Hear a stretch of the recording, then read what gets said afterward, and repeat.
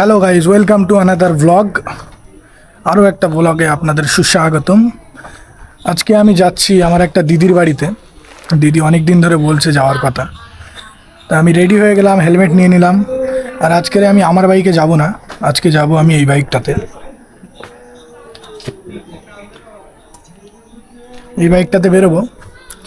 চলো বেরোনো যাক, আপনাদের সাথে দেখা হচ্ছে মোটো ব্লগিং সেটআপে। চলো বাড়ি থেকে বেরিয়ে গেলাম, এখন যাব সিধা পেট্রোল পাম্প।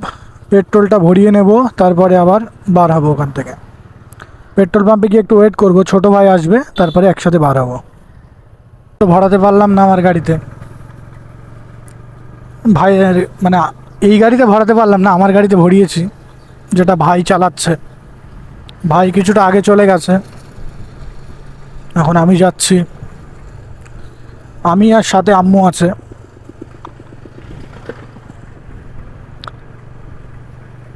চলো দিদির বাড়ি কাছাকাছি গিয়ে আবার কথা হচ্ছে।